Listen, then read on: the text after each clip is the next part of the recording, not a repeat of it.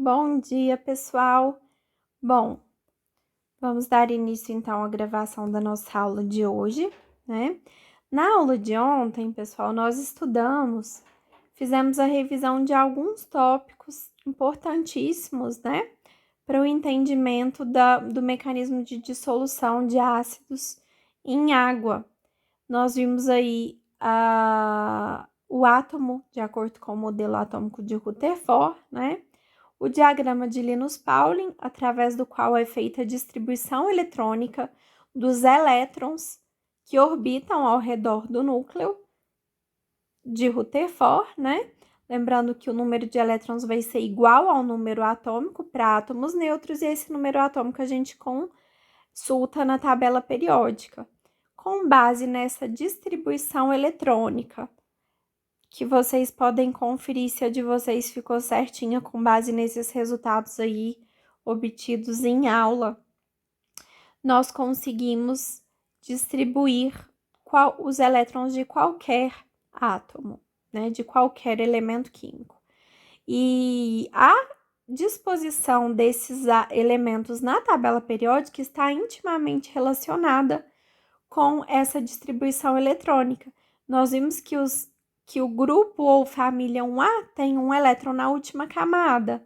No 2A tem 2 elétrons na última camada. O que é que isso significa, pessoal?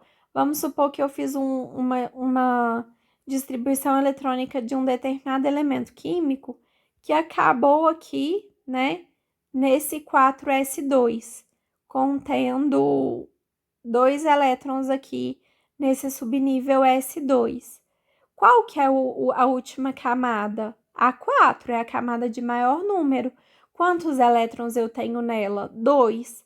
Então, significa que esse elemento vai ser da minha família 2A, tá?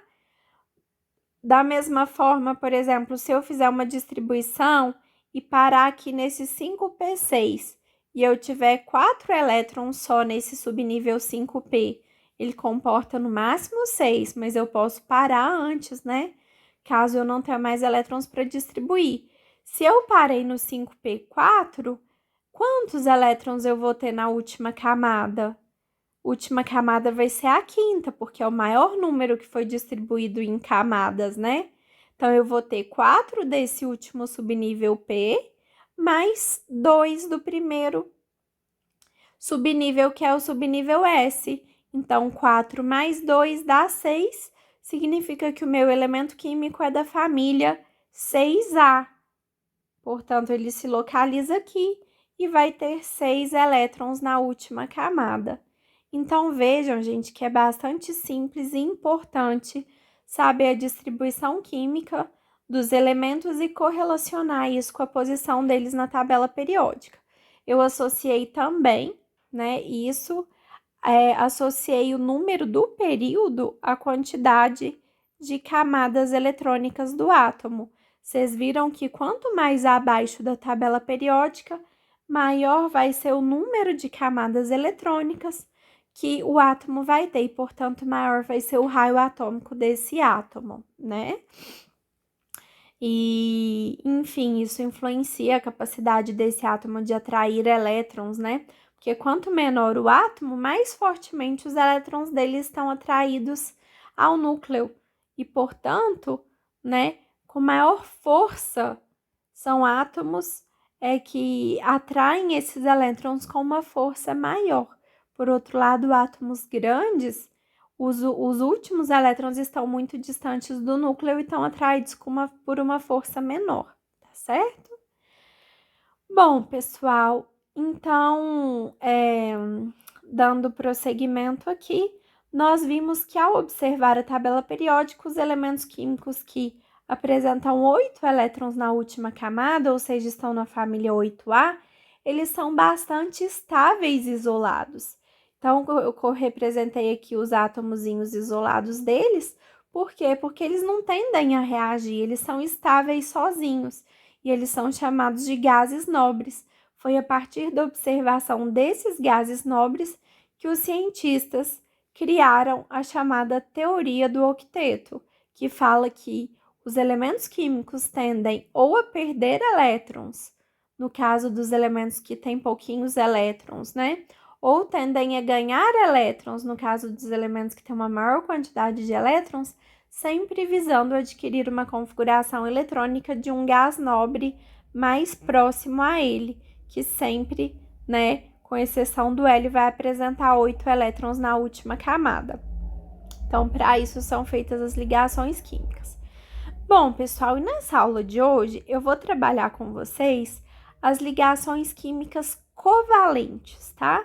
Só lembrando, pessoal, que na última aula eu passei para vocês uma lista de exercícios para vocês resolverem no caderno, para vocês descreverem o modelo atômico de Rutherford, se possível, né? Falem sobre o conceito de número atômico e a quantidade de elétrons relacionada com o número atômico. Depois eu pedi para vocês escreverem o diagrama de Linus Pauling e, com base neles, escolher um metal qualquer do grupo 1A, 2A ou 3A e fazer a distribuição eletrônica. E um ametal qualquer do grupo 5, 6 ou 7A e fazer a distribuição eletrônica. Por último, eu perguntei o que esses elementos químicos precisam de fazer para se estabilizar, né? Lembrando, gente, que vocês vão ter que partir de quê? Do número de elétrons que tem na última camada deles, né? Com base nesse número de elétrons existentes. E no número de elétrons do octeto completo, a gente vai saber o quanto ele precisa de ganhar ou perder de elétrons. E agora, na aula de hoje, dia 26 de outubro de 2021, a gente vai falar de ligações covalentes, né, de ácidos e de escrita de fórmulas estruturais para compostos moleculares. A gente chama de composto molecular todo aquele composto que é formado exclusivamente por ligações covalentes. Então, primeira coisa, gente, como que a gente vai saber se a ligação entre eles, entre dois átomos, vai ser covalente? Muito simples, basta verificar se ambos os átomos precisam de ganhar elétrons. Se ambos precisarem de ganhar, certamente será covalente. E um átomo vai compartilhar elétron com o outro, cada um entra com um único elétron e eles compartilham um par de elétrons, que fica, né, circulando ao redor desses dois átomos, cujas camadas eletrônicas vão ser sobrepostas. Como que a gente desenha essas moléculas, né?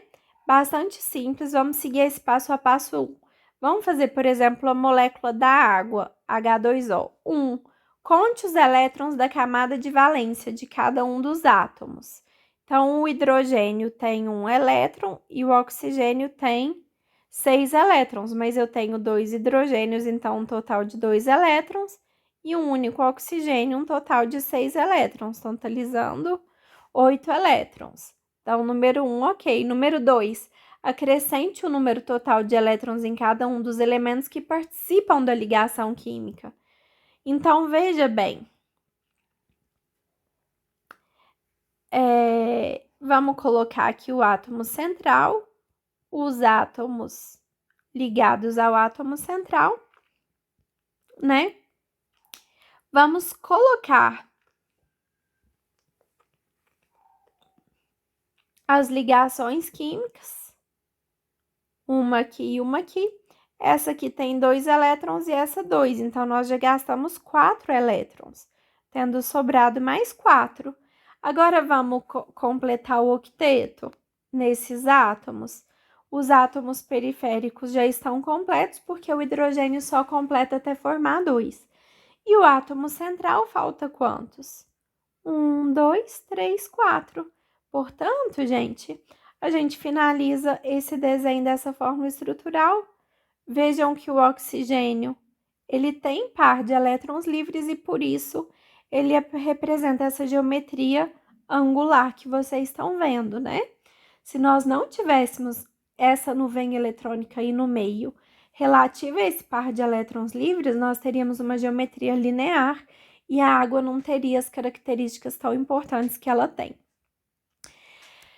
Bom, pessoal, por que falar agora dos ácidos? Justamente porque os ácidos são substâncias que a gente chama de substâncias moleculares, ou seja, são formadas por ligações covalentes, tá? Pelo compartilhamento de elétrons entre hidrogênios e ametais. Se eu tiver uma única ligação iônica, gente, a substância já não é mais considerada molecular, mas sim substância iônica. Os ácidos, pessoal, eles têm uma peculiaridade, né? Que inclusive isso que caracteriza um ácido, que é a produção de íons H+ em água. Então, quando a gente dissolve um ácido HX em água, a água, né, H2O, reage com o hidrogênio do ácido, formando o íon hidrônio que nós chamamos de H3O+. Ou, né, de forma simplificada, ele pode ser representado por H+ apenas. E forma também o X-, que seria o ânion do ácido, tá? Da molécula do ácido. Uma outra coisa que caracteriza os ácidos, além dessa ligação, né, dessa reação de ionização que eles produzem em água, eles também sofrem neutralização. Então, ácidos mais bases formam sal mais água através da reação de neutralização. Eles possuem, né, além da ionização em água, eles têm sabor azedo, são líquidos a temperatura ambiente, pH inferior a 7, conduzem corrente elétrica e reagem com metais, produzindo H2. Bom, pessoal, os hidrácidos são aqueles ácidos que possuem o hidrogênio em sua fórmula, né? Então, todo hidrácido tem um hidrogênio, como vocês podem ver aí, vários que eu desenhei para vocês. E os oxiácidos são aqueles que têm oxigênio, necessariamente têm oxigênio. Os hidrácidos não têm oxigênio, tá, gente? Já os oxiácidos têm oxigênio. Uma coisa que é importante vocês saberem, pessoal, é que nos oxiácidos, nos hidrácidos, que são esses ácidos que são formados por hidrogênio, sem a presença do oxigênio, todos os hidrogênios deles são ionizáveis, tá? Ou seja, podem produzir íons hidrônio em água. Já os oxiácidos, em geral, apresentam somente hidrogênios ionizáveis, mas existem algumas exceções, como o H3PO3, né, o ácido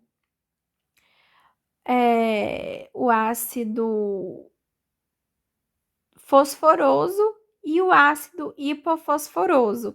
Vejam que o ácido fosforoso tem 3 hidrogênios, mas apenas 2 são ionizáveis. E o hipofosforoso tem 3 hidrogênios, mas apenas 1 é ionizável, né? Então, 2 aqui e 1 aqui em cima permanecem dentro, associados, né, no ânion produzido. Mas nós hoje vamos abordar somente aqueles ácidos que não apresentam nenhum hidrogênio que não seja ionizável. Então, são apenas as regras que nós vamos abordar, tá? Vou apagar aqui que eu já tinha feito, mas a aula deu errado na hora de gravar, eu tive que começar a gravar de novo, porque eu abafei o som sem querer. Então, gente, primeiro passo, nós precisamos de escrever a família. Então, aqui, ó, família 1A, 4A e 6A. A gente olha pela tabela periódica. Então, tem um elétron na última camada, 4 elétrons e 6 elétrons. Como eu tenho 2 hidrogênios, eu tenho que distribuir um total de 2 elétrons para o hidrogênio, um único carbono, então um total de 4 elétrons para o carbono, e 3 oxigênios, 18 elétrons para o oxigênio, totalizando 24 elétrons a serem distribuídos. Aí o segundo passo é a gente dispor os átomos, tá? Primeiro a gente põe o átomo central, que nesse caso é o carbono, que está ali no meio, na fórmula química. Colocamos os oxigênios ao redor do átomo central e os hidrogênios, como eu disse, em geral, ficam ligados ao oxigênio, porque a diferença de eletronegatividade deles é muito grande, eles reagem facilmente, né, juntos. Colocamos as ligações covalentes, né, pelo menos uma entre cada elemento, e contamos quantos elétrons já foram distribuídos. Vejam, 1, 2, 3, 4, 5, 6, 7, 8, 9, 10. Ou seja, nós já distribuímos 10 elétrons até agora, sobrando o quê? 14 elétrons.